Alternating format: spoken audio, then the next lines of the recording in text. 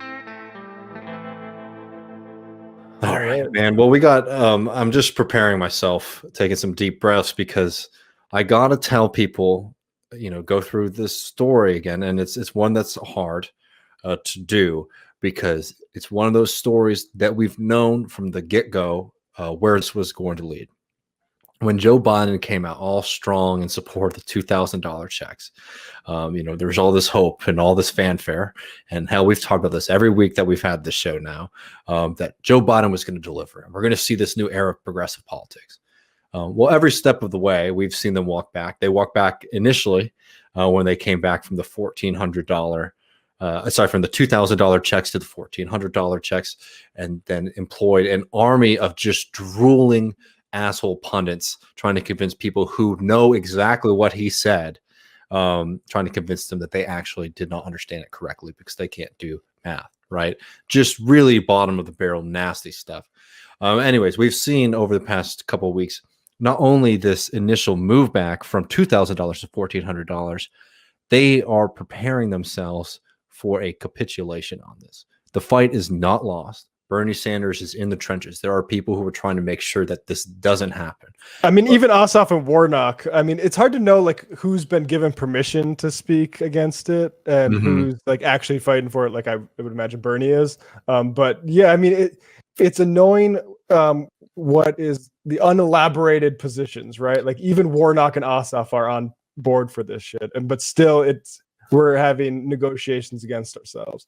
And yeah, exactly. They're negotiating against themselves, and I think that's exactly the right way to frame it.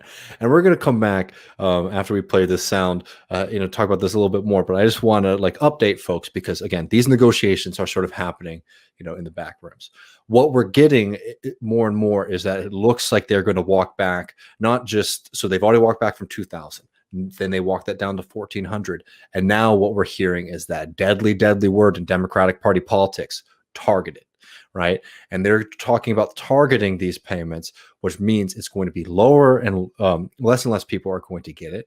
It will be a bureaucratic nightmare. Remember how difficult it was for them just to get people the $1,200 checks in the first place, particularly the people who needed it the most. Right.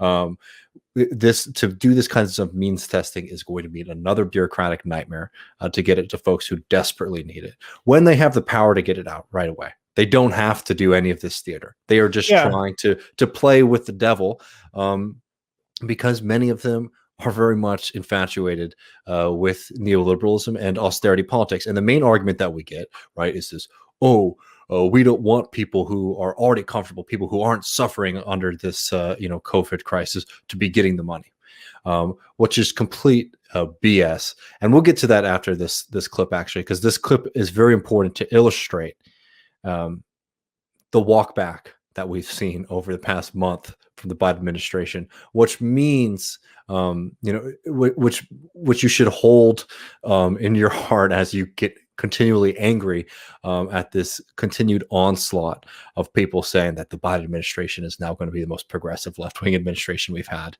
since FDR, right? Because that's complete bogus. If you send John and the Reverend to Washington, those $2,000 checks will go out the door. We will be able to pass $2,000 stimulus checks for the people next week. We'll deliver the $2,000 stimulus checks. And that begins with the $2,000 stimulus. When you send me and Reverend Warnock to the Senate, we will pass those $2,000 stimulus checks. You send me and Reverend Warnock to the Senate, we will pass those $2,000 stimulus checks. They will make decisions about whether we give people a $2,000 check. We need to pass $2,000 stimulus checks for the people. For getting people the $2,000 in relief, direct payment. Congress should pass $2,000 checks. President-elect Biden and Democrats are all pushing for $2,000 relief checks. $2,000 stimulus checks. $2,000 relief checks. $2,000 relief checks. They should send $2,000 checks to the American people right now. Supporting $2,000 relief payments right now. We need to be passing the $2,000 stimulus relief checks. That means we need John Ossoff and Raphael Warnock, who will go to D.C. to ensure the $2,000 checks. I see ads that say, want your $2,000 stimulus check? Vote Democrat. Vote for Warnock. The stimulus check. Chuck Schumer is trying to increase it to $2,000. Well, I have a bill for that. Yeah, and that can go on and on and on and on because well, you see why they had to at least give Warnock and Ossoff permission, because like they're all over media saying it. And I want to make sure that we shout out, that's from @Dems Watchdog on Twitter. But look, it's a complete joke, especially one knowing the situation that we are in, right? Knowing how serious this crisis has affected people all across the country, and also knowing the disastrous legacy and history of means testing in the United States. What gets me really mad, and I should note that there was a Manchin-Collins amendment today in the Senate to say that these checks now need to should not go to the people at the upper income bracket. They did not define what that number means, which is why I'm saying that we still don't know what exactly is going on, but we know that they are preparing to negotiate from it. Negotiate down to numbers I'm seeing as low as $50,000 income. So if you make more than $50,000 a year, you won't get any of that money, which is going to include a lot of people, which is extremely, especially if they go based on 2019 exactly. income, which they have been doing. And I mean, if I had to guess, I'd say the 50 is just to make it more palatable when they eventually put it at like 75, but that's still too low, or particularly when you're counting it that way. I think it's certainly too low. And it also, I'm just saying, like, that extra hoop means that people are going to be left behind. Right. And what pisses me off, so that ended up passing. So again, it's 99-1. It should also be mentioned. So we don't know what's going to happen in the negotiations. Hopefully, the progressives are able to make sure that it doesn't get this bad. But all the signals that we're getting is that the administration is very willing to play ball on this. What pisses me off about people like Manchin, people who are making this argument, is the way that they frame it. They frame it as if like they're the actual class warriors. They're the people who are standing up for the little guy by doing this. So they say, give the people, give it to the people that deserve it. Don't give it to the people who have been comfortable this whole time. First of all, we're talking about a small amount of money for the people at the very top. It's very important to remember just the massive gulf in income in this country. The people who are at the top are like that they're talking about are so off the spectrum, it's almost not worth it to worry about. But let's say that Manchin is 100% for real when he's saying he wants to make sure that the people at the top aren't getting this thing. Why don't these Democrats start doing the thing that they get all rosy in the cheeks about when they say things like it's time for the rich to pay their fair share? Right. They love to say that, and then they quake in their boots when it comes time to actually doing it. Because here's what you can do. You give that check to every citizen in the country, right? And I would also, definitely argue that people who are non-citizens should get that money as well. But you give that money to everybody in the country.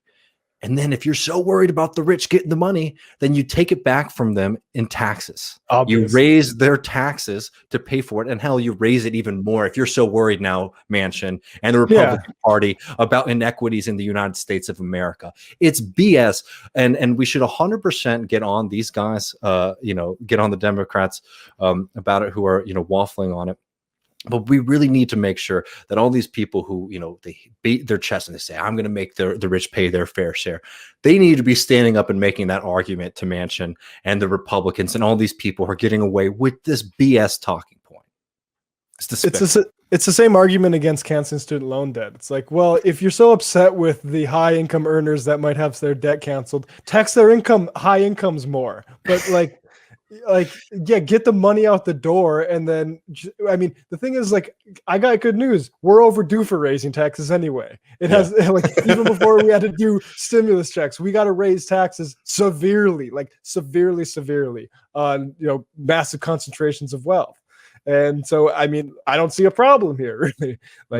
Put the money out the door, let people start paying down their fucking bills, and then raise taxes on the wealthy, and then we can even, maybe do some more. That's the thing is, like, we hear all this from Ossoff and Warnock, and it's over, and all of a sudden we're, for some reason, like, the way we talk about politics in this country, like, it does go to process and can this get the votes too much? But it really demonstrates how ludicrous that is when we don't need Susan Collins. This entire charade, the whole point of Ossoff and Warnock wasn't to like it was to avoid this situation where we have to like bullshit around with Manchin. 2,000 checks will go, dollar checks will go out the door immediately.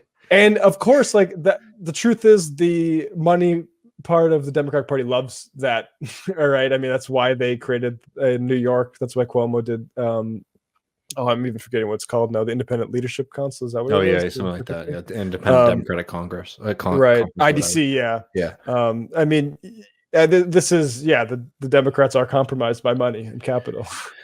100%. And I just want to say one more time, there is a special place in hell for the people who only seem to be concerned about inequality in the United States of America when it comes time to opposing universal programs in this country, which are by far the most effective programs that we do in this country, and we don't do enough of them.